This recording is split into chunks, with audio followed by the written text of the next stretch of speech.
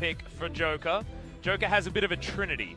On the bottom side of the map, it's the Galio, it's the Thresh, and it's the Shen that are his favorites. And now he can fish with a regular ability rather than the ultimate. Yeah, so he's happy about that one. He can Thank just goodness throw out Death Sentence is going to be there. Death Sentences on a much shorter cooldown. And he does that. He's one of our Threshers that just throws it whenever it's available. And you just take the surprise Lissandra as SKT. What does this say about Joker's champion pool? They have to go this way.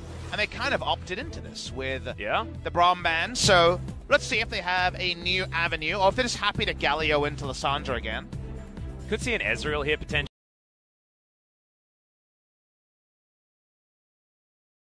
I don't mind that as a choice. You can still flex it as well with Lissandra potentially going topside. Yeah, I'm not as big a fan of that, but I think there's a little cost to Galio, but they just don't care. Yeah, this is the option that I actually thought was a little bit better, just because Braum's banned away, so not a lot of denial on your true shot barrages. Draven is up, could be taken. And I mean, they've prioritized the bottom lane very heavily already in this draft, and I think stick to that. You could Draven into Ezreal if you want. Draven Rise would be a very strong blue side draft here, and you'd only give one reaction pick to SKT. And keeping flexes on the blue side is actually fantastic, so Summit and Dove being able to share the Rise so effectively here for SandBox, I think is huge. I'd love to see the Draven lock in here. Because if not, we go on Vayne. And Vayne is pretty risky when you have 3 picks left open for SKT to try to find answers to a Vayne. So right now, actually, they're going to skip the 80 carry, which suggests that Draven isn't high on the priority for today. They're going to take the Lee Sin and put Clid onto Jarvan duty, you'd imagine, on the red side. Yeah, does have a lot of synergy with the Lissandra lane already. But we'll see whether they do decide to go for it. No, Tahm Kench is going to be locked in here for Mata. So let's start thinking about extended benches, and I'm thinking mostly about Ghost and Clid, respectively. Clid is Lee Sin only, into Jarvan Olaf, into kind of one-ofs, right? A couple of release games, a couple of Nocturne games. Nocturne been way down this week after being kind of almost every game in Seen a previous couple weeks. of bans, actually, but that was in our previous series. But otherwise, you're right. Not a lot of picks as the Draven. They were never going to get Draven. The Draven was gone the moment they didn't take it first round, and I think that's acceptable. Maybe the Vayne is coming out in this game. I like Vayne around Ghost Joker's pick, because then there's only going to be one pick for SKT to say, oh crap, Vayne, what do we do? So it's something they're thinking about, but it's not something that's actually confirmed to them till later. We'll see if the Vayne actually gets banned by SKT. Action onto SandBox. You're thinking Clid champions here, right? So Jarvan is the obvious one. So Jarvan gone, Olaf gone. We're getting to the dregs now. Well, I mean, it's all 2-ofs, and that's going to be the Rek'Sai, the Elise, the Sejuani, the Xin Zhao. Well, Rek'Sai has the matchup, right? So I wouldn't mind a Rek'Sai ban. But this is the ban I'm not sure of. Do you ban Vayne? I think ban it. I don't think that you roll that dice. Ghost is practicing it in solo queue, so there's merit behind it, and they do ban. Yeah, I think that's a smart choice. The Lucian will then be gone for by SandBox, but I think SKT are okay with just outscaling a Lucian. But I mean, it's not the Lucian's fault they lost game number 1. In fact, he was so big, right? He was. In the early game that I don't think SandBox is too worried about that. Go wipe steal bot lane and still be able to power. Again, you could Jinx, you could a lot of things, but we would definitely understand the Lucian again. They'll take away Kha'Zix, an old pick of Clid's from the LPL days. Interesting. Rek'Sai is going to be taken here, obviously. We already outlined that one. That's a no-brainer, to be perfectly honest, and I don't know why the Rek'Sai wasn't prioritized first. He hasn't actually played any Kha'Zix so far. It is. It certainly is a Clid pick, however, not this season. But you just knew Rek'Sai, because, like, why not Rek'Sai here is kind of the thought process. We didn't need to see it locked in to know that. You have the Unburrow into the Lee Sin Q, of course. It's a very famous mechanic. Not to mention the fact that the Tremor Sense is so incredibly good against SandBox in the early game, trying to get that vision around the Baron Pit area. Do you blind Vlad if you're SandBox? Interesting question to ask. You can. You can take Vlad and then just a heavy physical damage dealer and say we've got a lot of mag damage. Vlad Siva, baby. Aatrox is open and a Summit favorite. I know it's not one that inspires a lot of love from the casters around here, especially if our fellow color caster is on, but we're going to see comfort for Summit in this game. Can turret dive here with the Lee Sin very reliably, which could be an important thing to hasten the game. What the opponent will be, we'll find out, because Fiora's open, and it's Khan. Yeah, there are a lot of Khan champions that he can pick up here. Fiora. He's good at Fiora, he's good at Riven. The Jinx is pretty hype if we do see it. We mentioned that as a hyper carry that's open. It's not really a Kog'Maw spot, so Jinx is going to be the lock-in here for Ghost. Yeah, I actually feel like Jinx is a fantastic pickup to augment this composition. Already they've got a lot of mid-game threat in the Aatrox, and a lot of shenanigans can actually be caused in the backline. So now maybe Kennen. If you want to actually kill, you go Kennen If you want to go for the Fiora, you're playing the side lane, so the crowd gets the more hype choice, but it does mean one less person who's likely to catch up to the Jinx. So this is one I actually would have preferred SKT to think about. You can play out this draft and win, right? Because the laning matchup is so good. But Cannon was open and would have been a bit more threat onto Ghost.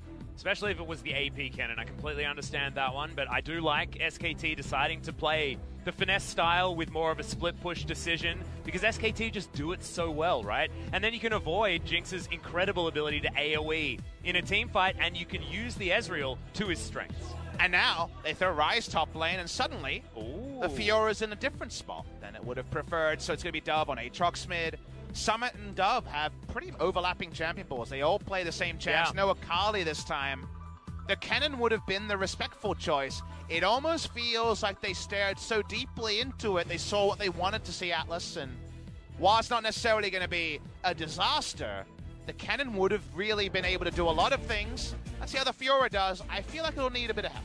Yeah, I think so too. Into the Rise, not necessarily the matchup that you want to see, but SandBox have really put themselves together a composition that does bridge very nicely moving further into the game. And we talk about this a lot, but I just love it. I love compositions that can make up for weaknesses in certain points of the game with obvious other things that they can use in order to band-aid it.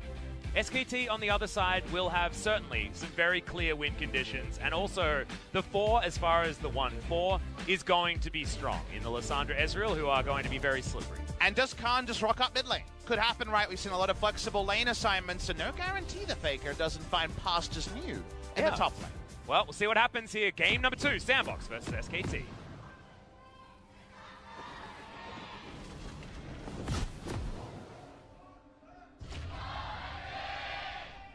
SKT fans in full voice looking for the 2-0 to create the biggest game gap between themselves and SandBox. In fact, every single game matters here for this series, because getting your game score up when you're so tight is actually a huge deal at creating that buffer. So SKT really want to finish this one out strong. We can't steal those LEC hashtags, Atlas. Hashtag every game matters is their thing. What our thing is what the Observer was showing, is that we got some interesting keystones here from SKT. It's fully footwork on Khan, and notice the clip has gone electrocute onto the Rek'Sai. Ender from the LEC broadcast is one of the biggest Rek'Sai players I know, and I know he's huge on Hail of Blades for even more burst in the early game. Heard him talking about that one. Makes a lot of sense. Conqueror's, honestly, it sounds strong. It's a bit trashy as a rune on a lot of champs right now. It was double nerfed since it was reworked, and now I'm not a huge fan of Conqueror most of the time.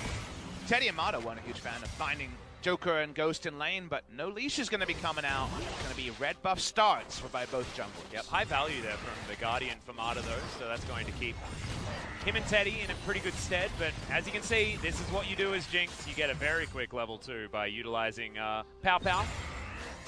I'm so happy Jinx is meta. Yeah, in other regions, it's being picked a lot. Power picked over other champs, like Kalista, for example, is not seen in the LCS and seen much less in the LEC. You see Ghost jumping on to the Jinx here, and you look at the enemy team, which again, we've already probably indexed too much time in talking about Cannon, but only Lissandra can get there and unlikely to reliably get on top of the Jinx, so you do worry that Jinx just kind of hurricanes down a front line that's pretty damn squishy on the side of SKT. Yeah, and I want to talk about, what SKT's composition does well and what it's actually able to flex into as well, because I think that what you were talking about with the Fiora in a team fight is actually a very relevant point with how SKT can flex this draft. They don't have to play split push if they don't want to, with the amount of catch that they have with this composition. You get a grand challenge down on the opposition, you can blow them up very quickly with single target damage out of the Lissandra, and especially Clit as well, being able to follow up with the Void Rush. So I actually do like it, with the fact that you can just guarantee someone dies, and then you get all of that healing. Again, we usually love seeing SKT on these champions and just lineups that punish scaling. You see Jinx and like, oh, scaling, but honestly, I feel like there's a lot of catch on both sides. His Clit's already out. Yeah, Dove is already dead as well. That's first blood going down very quickly in the mid lane. Beautiful Rek'Sai play. They're against a team that can brawl now, but if you brawl better, maybe it doesn't matter where Jinx will go. Really nice gank timing there, and using the Rek'Sai, who just like Shaco, comes over that wall and takes you down early. Yeah, we're looking for a turret plate here on the bottom side of the map. It is going to be Ghost being able to lock that one down, but you can see FAKER, he's now up against OnFleek, and that just shows that this Aatrox is not going to be picking up any of this farm. Scary times here for SandBox in the early game. This is the other side of SKT who can play fast if they want to. I love watching SKT play fast and loose in the early game. I think they're right up there with SandBox, the best early game team in Korea. Griffin only this week waking up in the early game, and Dove walked up, and FAKER said thank you very much. Turns out melee champions get punished by a W from the side. Yep, I also think that investing the flash over from FAKER is much better than Clid, because now Clid can take that lead elsewhere around the map and still has the flash on Burrow available to really challenge these lanes. I mean, it's scary times. FAKER just waits for a W and then he ease out, and otherwise going to be fine. And now he has a bit of gold to get a nice first back. Look at this, the Dark Seal and also the Amp Tome. OnFleek's on a walk. Remember, a lot of CC here. Yep, Summit already doing way too much damage here to Khan. Gets the fleet footwork, but he's down to 100 health. The flash is going to come in. The lunge is going to be there. Riposte is available. Doesn't have to use it. 200 IQ, the problem solving with the minion wave coming in was perfect. Nicely done by Khan. He has always been known for this Fiora pick in solo queues to his re-debut onto Kingzone Dragon X, previously Longzhu. Was able to do good stuff on this pick. Beautifully and expertly done by Khan. He's going to teleport back to the lane as well and still has a CS advantage. The wave in not exactly the greatest position, but now cleared. Creative gank pods can come in, as now he's going to try and spot the Lee Sin. Does find OnFleek there in the jungle. It's level parity. Q lands. But SKT, they know exactly where he is, and Khan is going to be completely fine. Really nicely done by Khan. Didn't take any mess from the enemy. Thought through the thing and thought through it quickly. Summit actually went for a power buy. He has an entire lost chapter on this back rather than a tier. Yeah. The tiers might be on the side of SandBox, already a game down. And think about this. You slow it down and you're like, how do you get out of this? He does it perfectly here. Really nicely done by Khan. And just finds solace in the minion wave. Look at the SandBox goes. He's devastated. Yep, absolutely. You can understand exactly why. And the genuine glee from no doubt an SKT fan. And also just Khan fans in general, right? Even if you were a Kingzone fan and you're coming over to SKT now following Khan, you're going to be so happy seeing him play so well over the last few weeks, because we're just so used to talking this guy up and then being disappointed. To be honest, even when he was slumping on the side of Kingzone, this is just so good to see, because we knew that he always had this kind of potential, and Clid, he wastes no time. There's the riposte. Summit is going to get slowed down by the Chilling Smite, and it's just too much damage. The Rek'Sai is doing so much work this early game. Doesn't matter which domination tree Keystone you go into, Rek'Sai will do the damage. Fiora ain't got none, but no problem. Level 5 Fiora was probably the reason Ryze was so far up. That's the path thing a Rek'Sai is possible on, and nicely Clid popping off on a champion not named Lee Sin. Yep. And it's fantastic to see Khan now with an advantage. FAKER with an advantage, and the Rek'Sai able to carry this lead to other lanes so effectively. Ocean Drake, the first one yet again, feels real bad. Oh, an Infernal though. Hey, yeah, there we go. Will that finally be SKT's invitation to fight though? Because they've been very passive around Ocean Drakes. Ocean Drake first spawn, really nice. For specifically Summit, who would love this one. Doesn't have his tier yet. Going to be a late transform, you'd imagine. He's got battle stats that aren't going to be useful. His flash is still up, so he's going to be... This lane spot, by the way, is awful for Ryze. He feels terrible about this, but he's going to try and push it quickly. Guess who's here to punish him before he can get the push on? Well, Flash actually wasn't invested. I know, but still, Summit, he's so far out. Yeah, can they actually get him locked down? Clid's decided that he's going to get the flash off. Jump on in, gets the flash trade there between the Rek'Sai and the Ryze. And that's when it's worth it, because next time Khan will have a flash advantage in about 2 minutes and an ult to just kill Ryze himself. So that's a good time to trade summoners. You called out earlier how FAKER flashing instead of Clid was big. Let's talk about bot lane as OnFleek. He's going to try and work out his angles. Yep, Marta's going to have to use the cleanse, uses the Grey Health there as well. It's the kick for the mini stun into the wall. Super Mega Death Rocket comes down, but it's only a 1-for-1 trade. It's even more turret plates, but this is exactly what you were talking about. Grand Challenge is going to be issued. Summit isn't going to go down, keeps himself alive, and the turret is going to stay up as well, as Teddy has a red buff after all of that. Turret aggro there was important. The Lee Sin couldn't chase further. After the rocket hit, I thought they might chase down a second kill, but turret aggro. Trolling OnFleek. They only get Marta through all of it, and Teddy picks up kill credit as well. The kills right now are on the man who set up all the dominoes, and the man who usually just knocks them all off in Teddy in the late game. We're going to watch the replay. Remember, it's 3v2, and they don't out-trade in a big way. Yeah, Unfleek comes on in, gets himself the high-value kickback onto Teddy, locks him down in plates for a long time, but he gets out, and the trade of kills is actually really bad for SandBox. We love those SKT listen-ins there. Not too joyous, despite getting a very nice one-for-one trade. But Marta died, and you can see on his face that he was absolutely fine with how that situation went. Khan not so fine with this top lane scenario. I mean, it's not an ideal matchup to Rise, right? So because of that, things have been a bit helter-skelter on the top side, and Onfleet looking to punish him. Doesn't have kick available on Clid, who's been ahead of the play the entire game.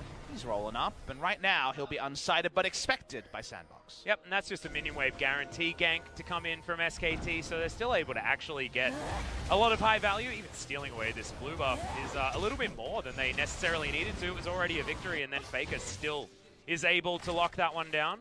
Bot lane has been more joyous for Ghost and Joker than we would have assumed. It's been kind of the off-screen action that's happened. It's I guess, 1.5 minion wave advantage in the bot lane. An example of the fact that Clid has been playing top side of the map for SKT rather than bottom side. Something's got to give somewhere. If they're also losing bot side, then you're like, okay, this is just an out skill on the side of SKT.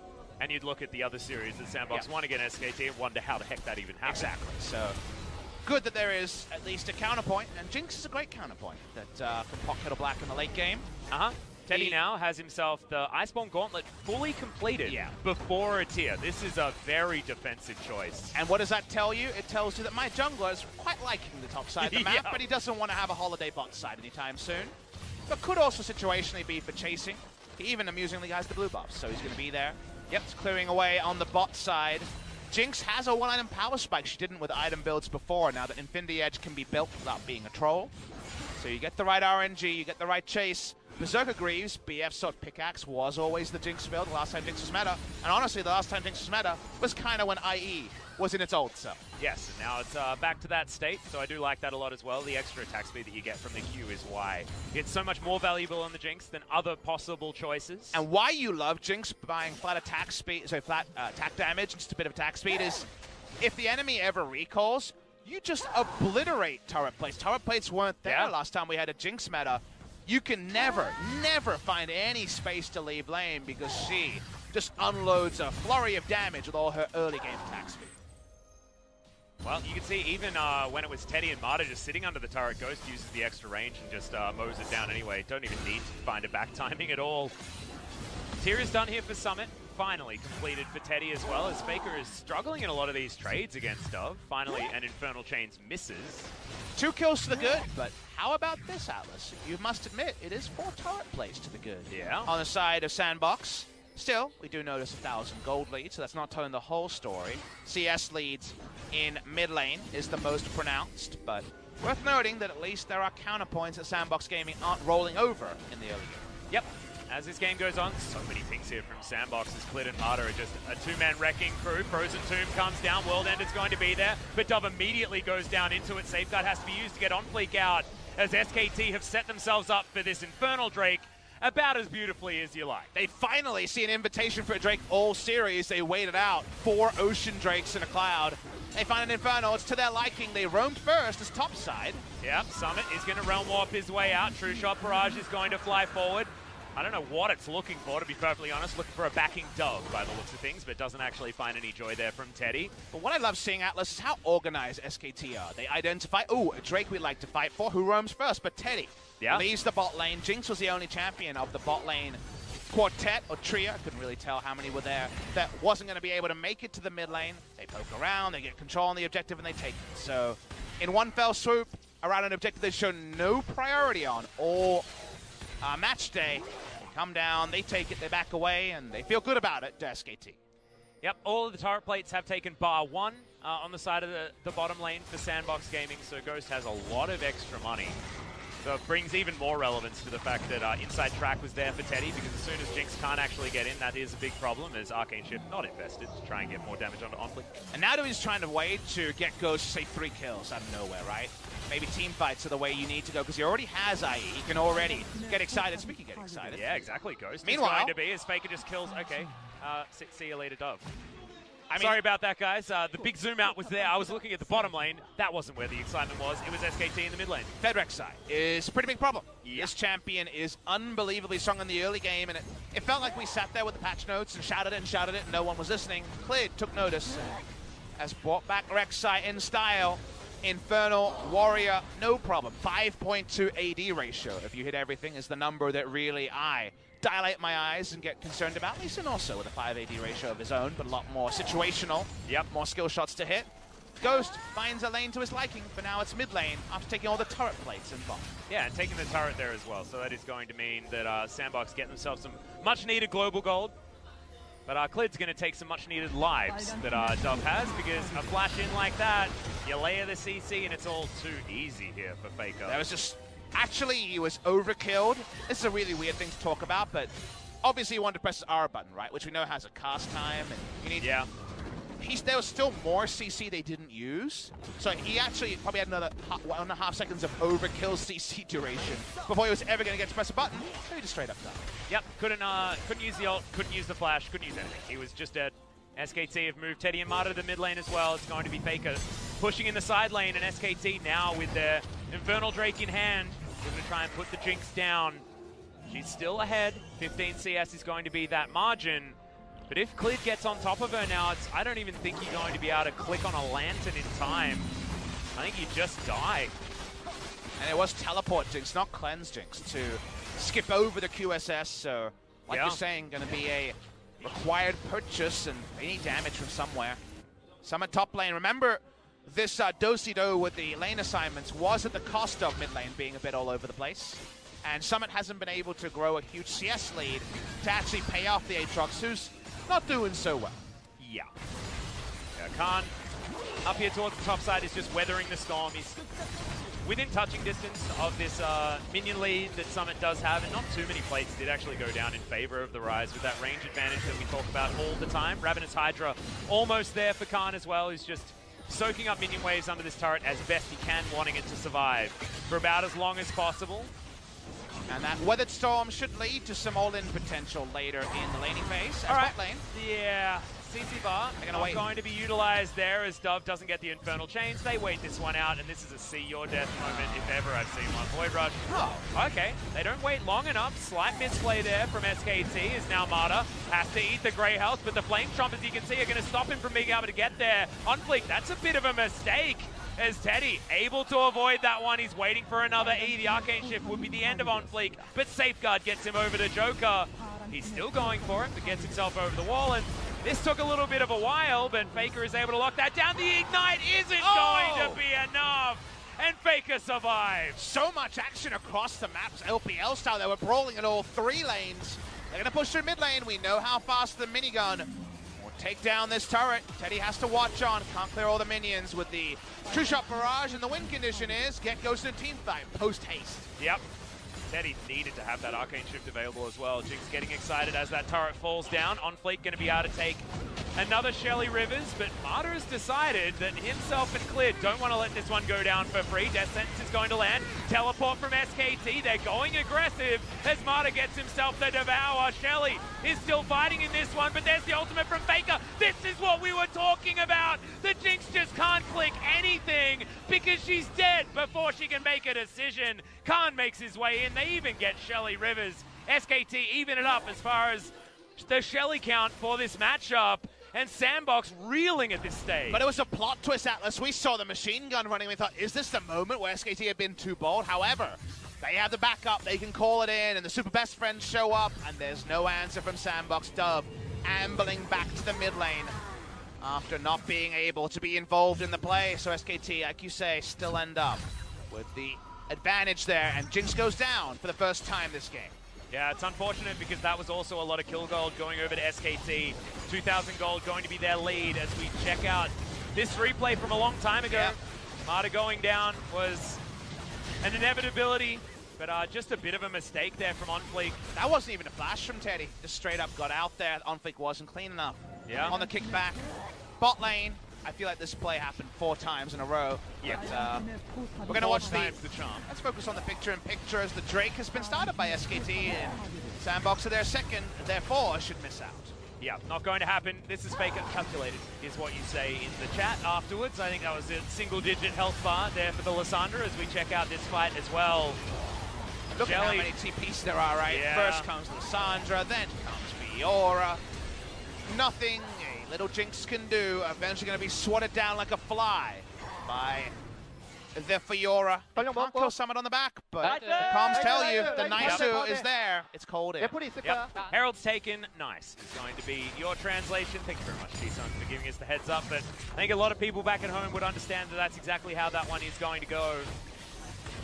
Because SKT, they just put everyone into that pit, and this game, they are confident at fighting in this mid-game. 20 minutes is going to tick over. The Baron is going to come out. We've got a Cloud and an Infernal Drake on the side of SKT. Next one going to be the Ocean. And I have a problem that I need to raise, Atlas. It's that Dove, to kind of get over the fact that it's not an ideal mid lane, went Ignite because of the lane swap and Rise top side. And now you say, you got nowhere to go as this game goes on. You can't match Lissandra in the side lane because she teleports out and you're like, crap, that sucks. And then Fiora already hard countered you. So there is going to be a lot of issues around 0-3-0 Aatrox doing anything, and his summoners are actually kind of the extra pile-on for the enemy, as he's going to be very tricky to get much value of on our screens post-1. The thing that I find really interesting is the fact that Summit is the Aatrox player, and I think that move the player rather than the champion is actually a relevant thing to talk about, just because of how good Summit is at navigating matchups on this Aatrox pickup. I mean, Dove has a lot of experience on Aatrox, so I think this is just more of, well, we could play it back in the day, let's run it anyway, and there's a reason that mid lane Aatrox has fallen off so heavily. Yeah. Dove is 1-1 on the pick before this game comes in, as far as LCK stats, but you're right, has played it a lot outside of the LCK. Abyssal Voyage comes in, SKT playing very aggressively here towards the bottom side of the map. Minion Wave not in position for the inner turret on the bottom side.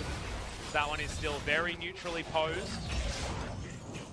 This feels like if the nameplates are reversed, it'd be one of those SKT drafts people would talk about. But why Rise top lane? They just gone with the Aatrox. Like, it's one of those things where obviously results-based analysis is not ideal, but you're never going to be a huge fan of Aatrox mid lane with Ignite.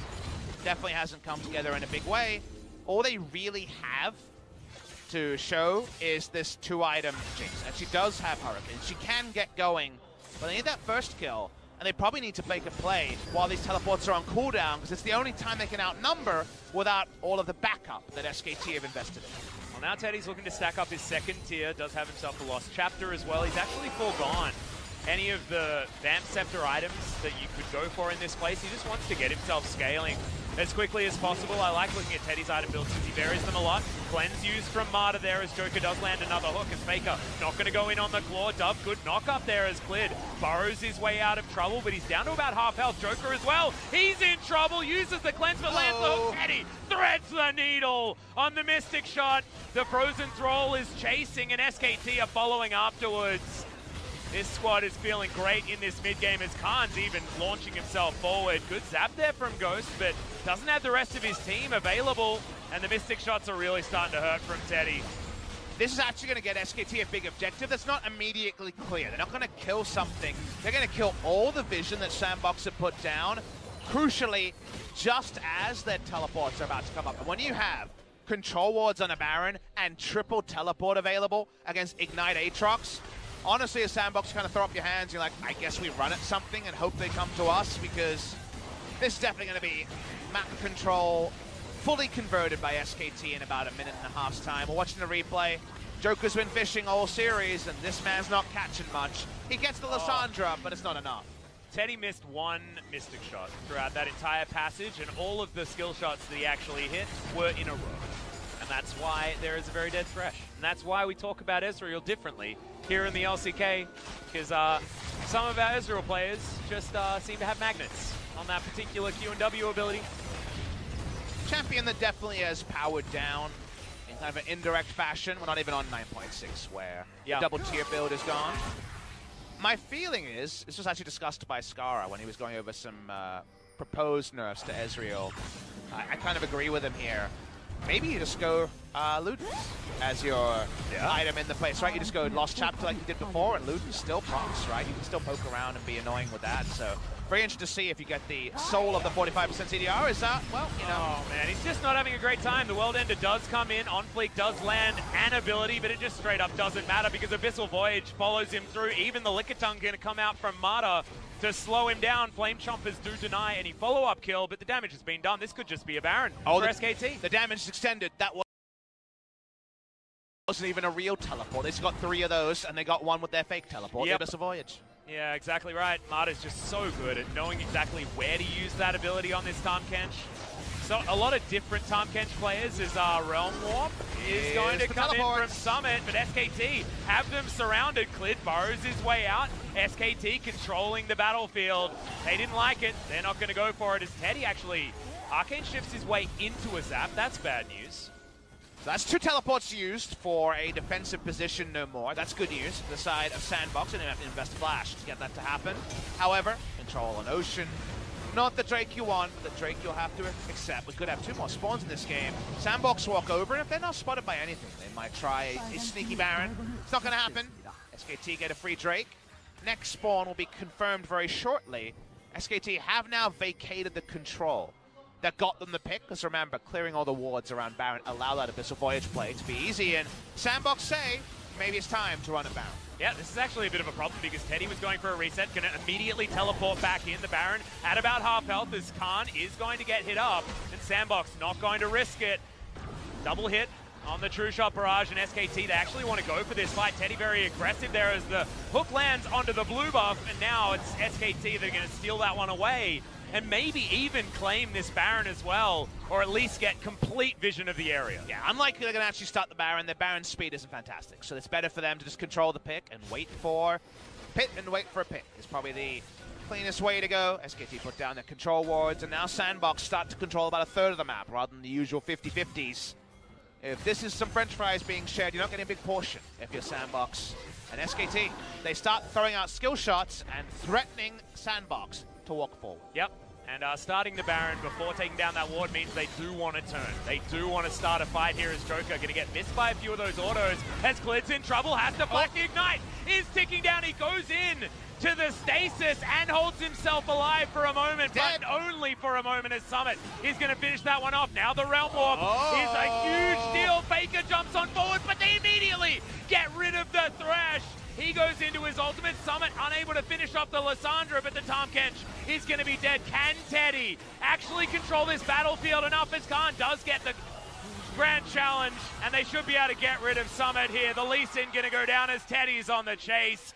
Ghost just can't get enough damage in these fights. And Dove can do nothing. He picks up a kill, but that's all he gets, and he's going in! Oh my god, okay, the W is going to land there. Infernal Chains pulls Teddy back in. Good knock up. Can Dove actually do it? The answer's no, as Teddy finishes him off. He's got his friend to help him out when he's so aggressive there. New Khan could join, and now speaking of joining, they lease the Baron, and they give it a start. Yep, Khan does have the Ravenous Hydra. It's going to take a lot for this Baron to actually take down the Fiora's Teddy.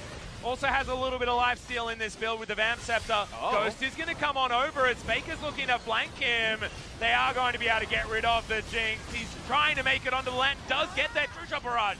Not enough damage as Faker wants to follow. Gets the Q. Max range as Joker immediately cleanses the ultimate, but the damage is done. Double kill for the mid laner of SKT, and they're already killing the Baron. And Summit just teleports in to see the bad news. On Fleek picks up a cleanup kill onto Faker. They can't play 3 lanes as cleanly, but they got 4 Baron buffs in a dream. Yep, Faker's happy just to say, all right, that's all right, as he heads back towards the Death Chamber because his work here had been done. SKT, beautiful play here to mop up what looked like a fantastic opportunity for SandBox. Some big lungs there, Atlas. There was a lot of action, and it went long because Clid was burning down very early, has to use the defensive stasis. He dies, and you think, is this the moment? Is this the throw? But a lot happens from here, and I want you to watch the end of this fight. Firstly, Teddy ults. They catch them in a CC chain to begin. Faker can self-ult, and you still think the SandBox are in formation, but they can no longer get easy access to one member. Very easy to disengage. Fiora and Ezreal are nice and slippery. And then Khan just gets the healing field down. Summit's whole health bar is wasted. And Teddy, he's eaten his wheat bix this morning, and he's feeling real aggressive. Yeah, I was watching Khan during the team fight in live. Didn't watch Teddy just snipe out the Lee Sin. That last Mystic shot would have probably killed Ghost as well. That was a very, very close double kill available for Teddy. His Ezreal is so damn good. And at this moment, you know that teleport's up, and you're happy because you actually get a flank onto Ghost. He teleports in, trying to deal with some of the issues. Almost gets away, but not on this day. The Claw was armed as in the mid lane. All right, see you later, Jinx. That's the Void Rush. That's why the Rek'Sai is so incredibly strong. He's even able to get out with the GA available. The double kill on the bottom side of the map. SKT, they don't want just a Baron. They want the entire base of SandBox as well. They're ready to go home. They're tripling the kills. They're trying to end it around 30. SKT take down that mid lane inhibitor. Can they get any more? Right now, the minion wave suggests no. Yeah, well, I mean, Khan has prepared the bottom sides. True. He's going to move this one in. SKT move on over as well. Still 20 seconds on Ghost. Yeah, they might as well keep going. Exactly right. That is definitely another dead inhibitor. Inner turret still available on the top side of the map, so SKT, they take exactly what they want. Maybe even Nexus turrets now, as well as Teddy is just trying to get some pot shots with these. Oh my god, Dove! He takes way too much damage. World Ender has to be used. The Claw may be a little bit premature from FAKER, as they're not going to be diving these turrets, they're just going to be murdering them. They still got the Baron buff another minute, so they keep going. Yeah, Teddy can't miss a skill shot right here, as Joker's just going to get wiped out. Summit in trouble. FAKER self-salt to just create all of the control of this area. Teddy didn't want to be devoured right there, he just wanted to kill the members of SandBox. Dove goes down, not enough stasis for you, my friend, I'm sorry. As he's looking to try and get rid of Summit, but Ghost is available. Some low health bars on SKT's side, but Teddy's just too big. Double kill comes in. No one's dying. I know, right? Khan's able to get out. That's the triple kill. Could it be the Quadra? I don't think so, because the Nexus is going to die too fast. Teddy is gigantic and locks it down for SKT. What an insane end. We knew SKT would win when they got that last Baron, but the fact that they kept going and Ghost to full health, couldn't stop the game ending around 30 minutes is insane. They're going in and out with low health bars, with cooldowns like riposte being communicated to a millisecond.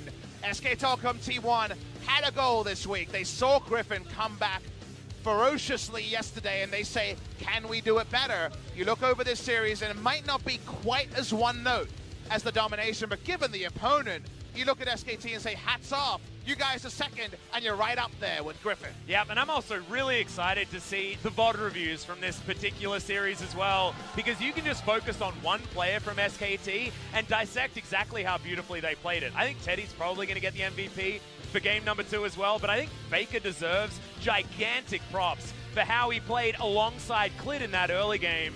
This was a Clid masterclass. This guy looked at top and mid lane and just dominated. There's so many great performances though here on SKT's side. I think our voters will be, lusting after the last seconds there and just go after Teddy, but I'm all about Clid this game. He had an awesome game. He got a lot of MVPs at the start of the season, so maybe we have to share it around, but you know what?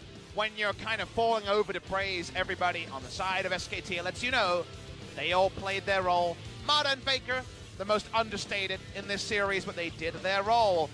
The turn to take down the pincers after Clid went down was so critical to even continue to trade up, and it just felt like every time, if this was the boxing match, every time it was a pretty good jab, it was a pretty good hook from SandBox. Somehow a knockout punch was always around the corner from SKT, even when they were just holding their hands down or even just like playing around with their knuckles. They still had some way to rise up and get that jab in. Yeah, exactly right. And Teddy playing out his Ezreal really, really nicely. Some of those team fights are just reminding me that some Ezreals look very different, and when you hit all of your skill shots, he's just a champion that does way too much damage. It was just a pleasure to watch, because this was not a low-quality series, right? Hell no. We have our second and third place team playing, and SandBox were the second best team, but they were not bad. They just were not good enough to take down SKT in this form, and it is revenge, right? They get their revenge on SandBox after going down 2-1 in what feels like a long time ago. Teddy is so brazenly frontlining on the Ezreal, and he does it with a plum. This was Rek'Sai coming through. Ain't no disengaging Rek'Sai on these patches. Clid finally makes Rek'Sai look unbalanced, and I appreciate that given so many balanced Rek'Sai games in LCK so far. Yeah, I mean, I think the Kingzone game yesterday was certainly another example of some strong Rek'Sai play, but you're right, I mean, didn't have a positive win rate. No. Still doesn't, I don't think, after this one, although it is getting closer. We're watching Teddy just shooting fish in a barrel, but this was honestly the point where the game was over and SKT were playing with their food. OnFleek gets himself into stasis, but he's unable to actually get any kills. As Nexus turrets go down, the Nexus could have been the option, but Teddy wanted to get himself a triple kill before he gets the 50 gold out of the Nexus. And now your conundrum, you know, it finally feels like SKT is growing into the Dream Team title, because we got so seduced in Kesper Cup by the Dream game, where they got 15 turret plays and just took it down. And then SKT, bad to see, they lost to Down 1 Gaming 2 out of 3 times. They had a lot of issues, they had some drafts that weren't great. And you're like, okay, not as good as the sum of their parts. But now, you're at that point where you're like, okay, well, you can't really ban out Khan. You know, he plays those counter pick carries. Teddy's an 80 carry. FAKER is able to show up on carries in the second half of the season. And your last member was to look at Clid and be like, what about after Lee Sin and J4? He plays only those 2 champions. Yeah. Now the Rek'Sai's there. The Elisa Nocturne can be dusted off.